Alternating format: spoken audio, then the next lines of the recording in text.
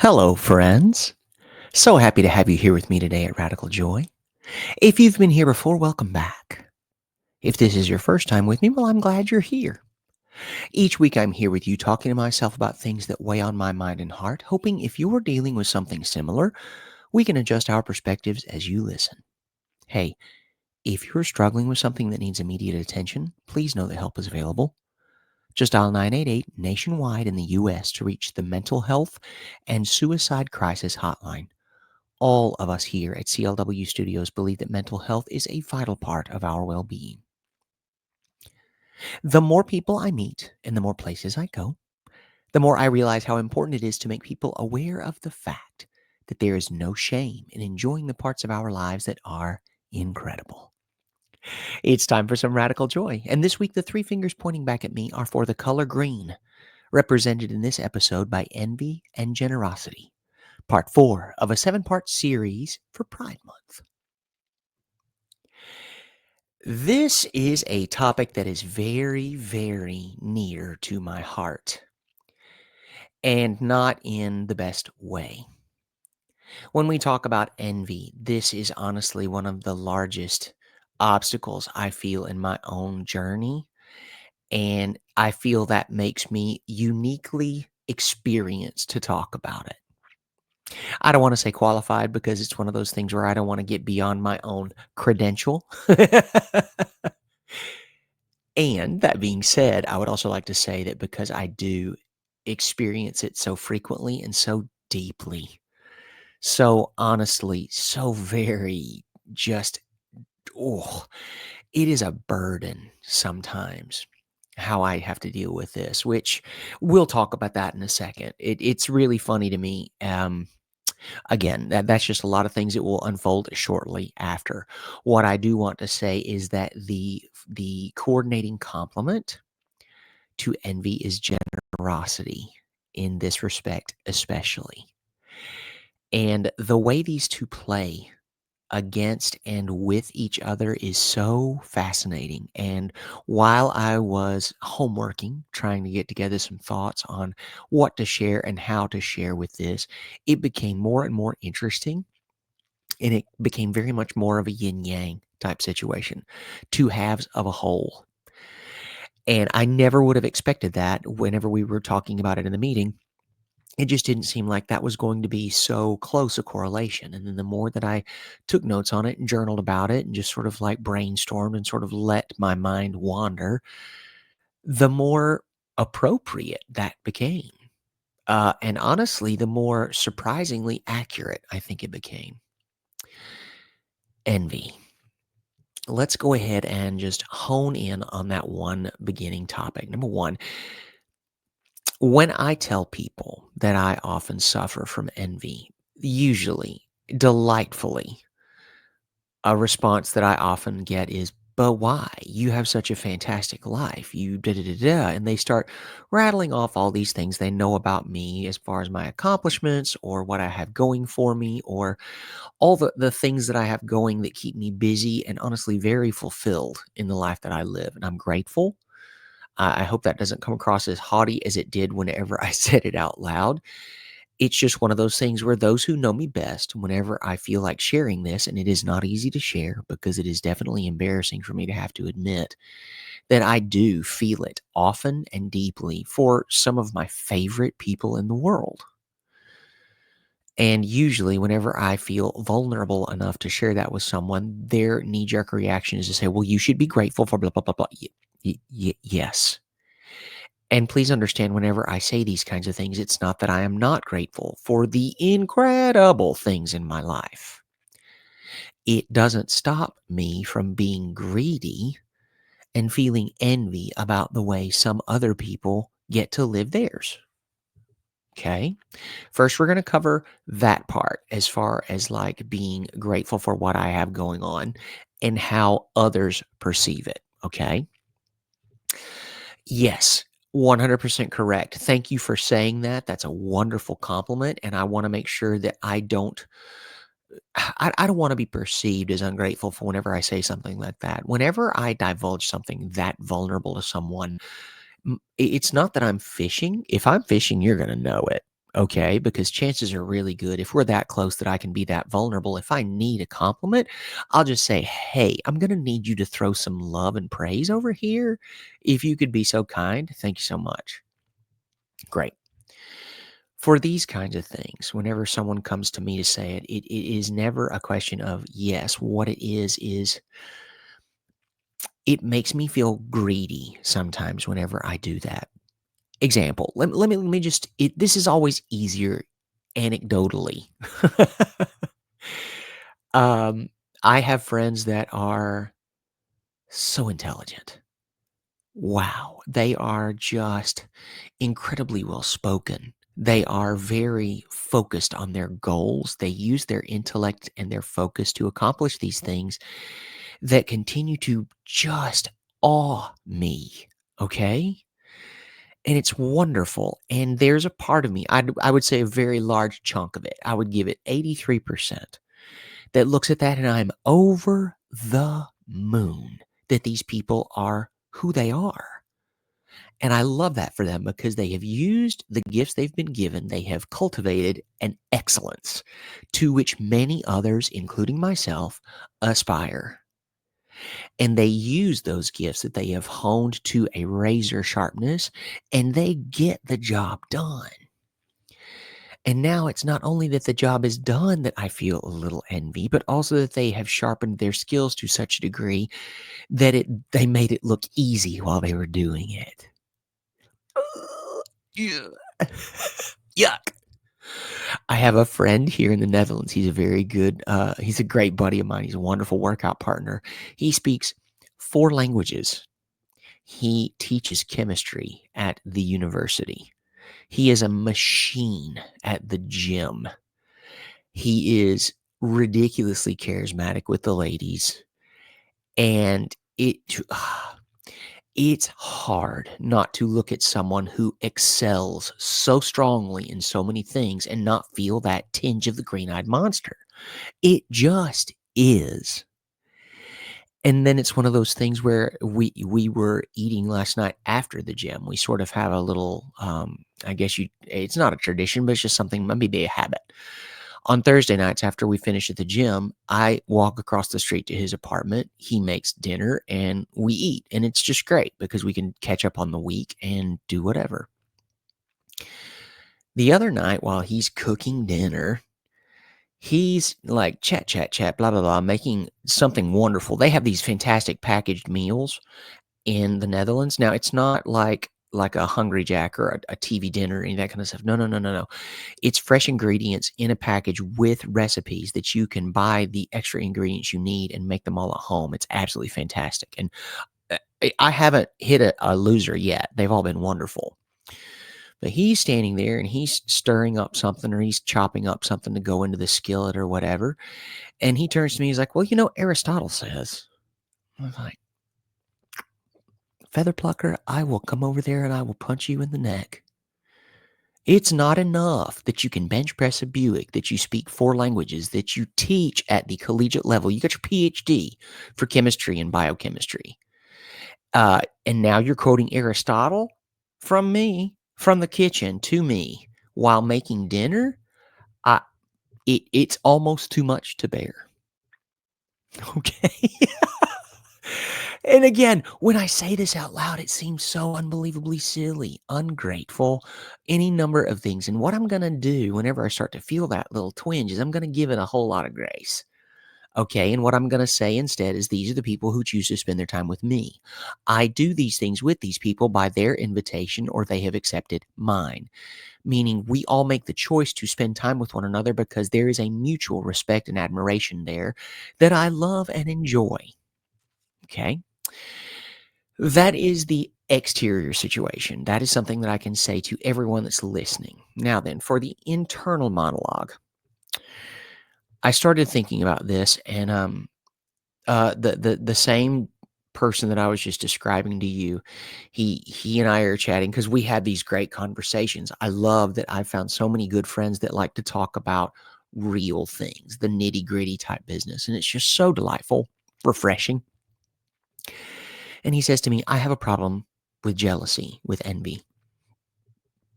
I was like, "Do go on."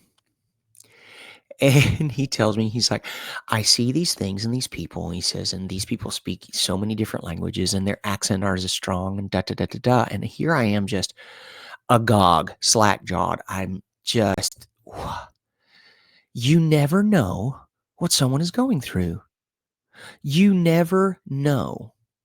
We see this all the time on the internet, memes galore, et cetera, et cetera. It's like, always be kind because you never know what someone else is facing. You never know their struggles. And it's just funny to me because I had to stifle a snort, like a laugh. Like, it was comical to the point of derision to me. I'm like, "What?" And so I had to contain myself because that's wildly disrespectful, and he's trying to be very vulnerable with me and tell me something that he's dealing with. I'm like, "Okay, cool, cool, cool."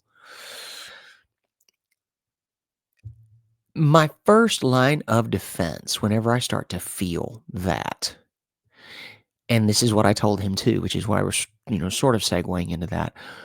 My first line of defense, the first reaction, my knee jerk, whenever I start to feel these things for the people in my life that I love and admire so deeply, is I start to sort of throw up the things that I have done that make me very, very proud, that others, not many others, can lay claim to being able to do or have done in the past. And that in itself is not the best thing. That was the conclusion that I came to, and then I started to sort of, like, cycle through it and just be gracious with myself and start to figure, well, is that really a problem? Is that truly the issue that we're dealing with? And the more I thought about it, the more I was like, well, I think it all depends on your mindset and where your heart is at whenever you start saying those kinds of things. If I am putting those forward in an effort to combat the envy that I feel about this person's accomplishments, in an effort to belittle what they have done or diminish it, even if it's in my own mind and no one else can hear it, I don't think that is the healthiest. However, when I put those things at the forefront of my mind to protect myself from the ill feelings that I'm holding in my heart against people that I do truly treasure, in an effort to bolster my own self-confidence and self-esteem and completely leave them and their accomplishments out of the equation, it's merely a gathering of my own metaphorical troops around my own headquarters or base camp to make sure that I've got plenty of reminders to remind me that I'm doing great. I have done so much with the years that I've been given, and every day I marvel. Again, not a brag. This is not about me trying to make any kind of big deal about me or toot a horn. It's about me trying to be very candid with anyone listening to the sound of my voice right now. I have these things that bother me to my core. They hurt my guts. They shake my confidence and my self-esteem to the bones. And I need to know a way to healthfully deal with that. And that's what I do. Great. Now then, now that we have sussed this to an extent that I am pleased, though not thoroughly satisfied, we've still got a minute or two that we can chat about these kind of things with plenty of topic left on the table.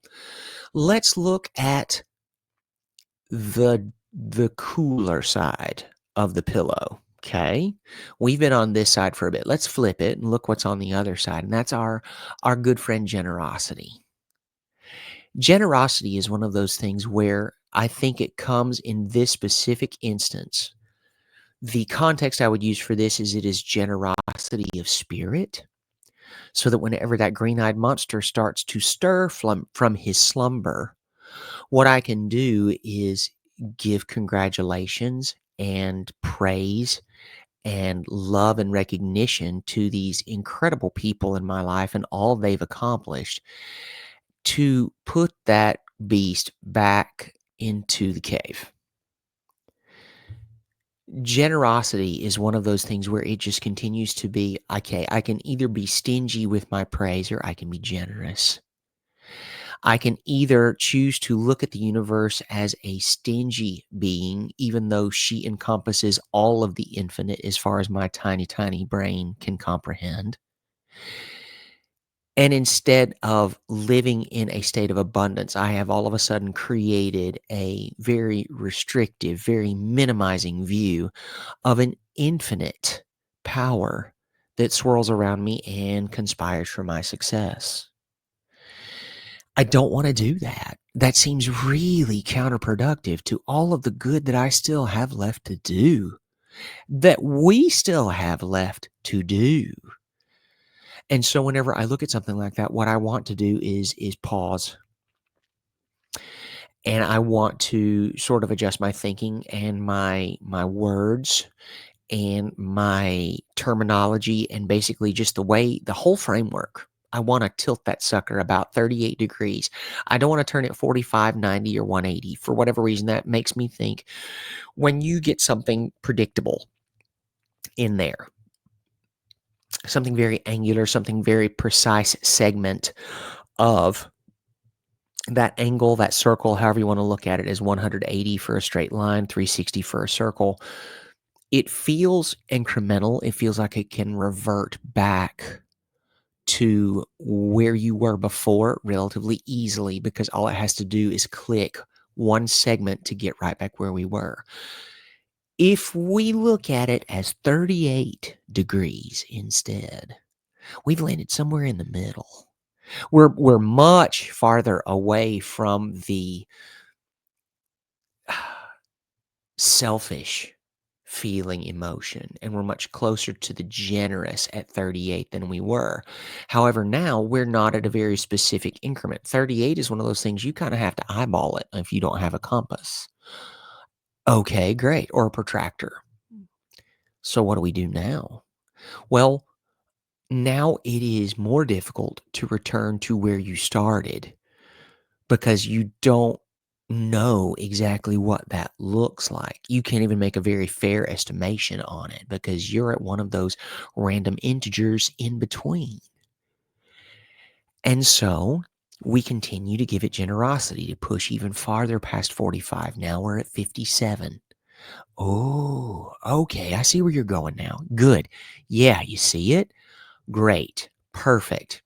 We can get down below 45 again. We're probably not going to get back to 38, and we have more that we can do to continue to progress and grow and to make a new horizon in our lives. Because instead of being envious of these amazing things these people are doing, and it's hard, oh boy, is it hard. And it may not be for you. This may be one of those things where you have a different sort of heart set than I do. And I honestly, I feel a little bit of envy for that as well. Maybe this is just a serious problem that I've got. Envy is just one of those things where I have had so much experience.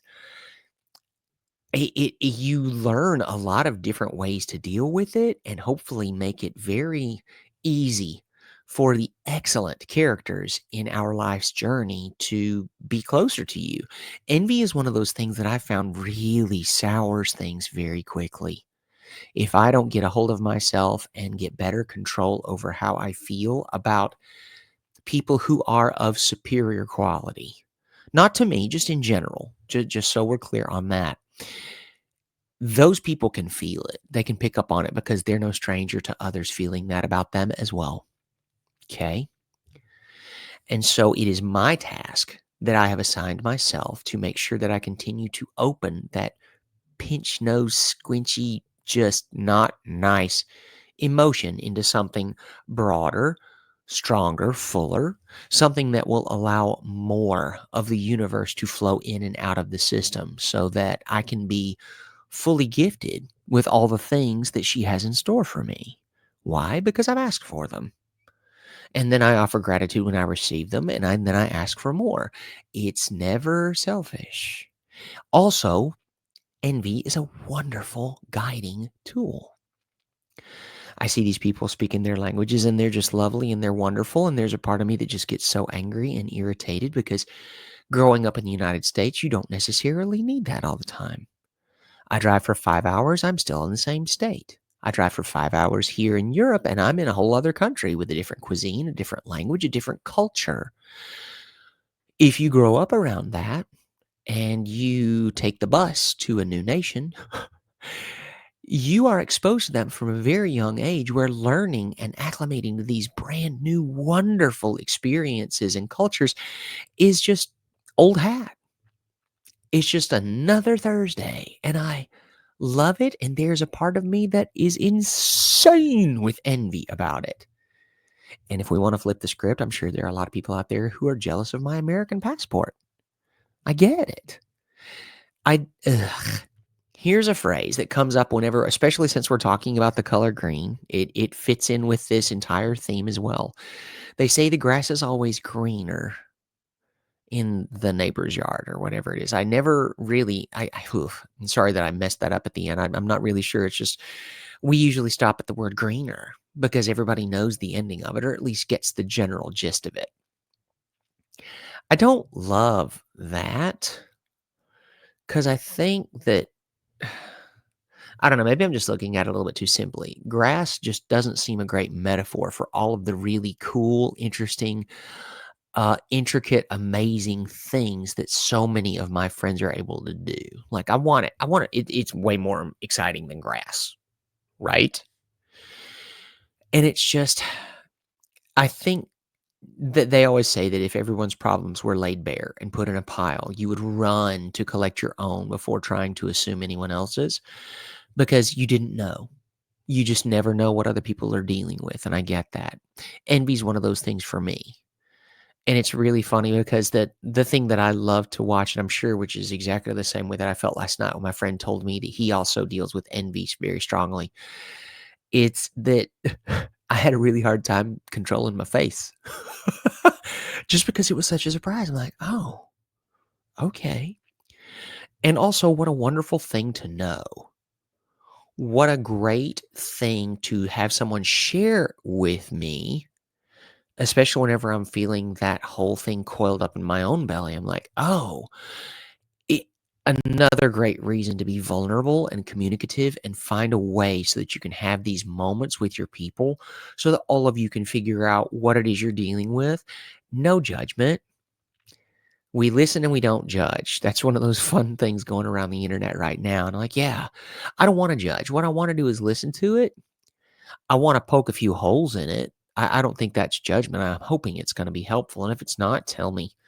So that way we can move forward from it. But the envy that I feel, I think, is a very small and limiting emotion because instead of visualizing my own accomplishments so that I can attain them even faster, I am too focused on someone else's journey when it isn't my business, nor is it my walk to take. Right?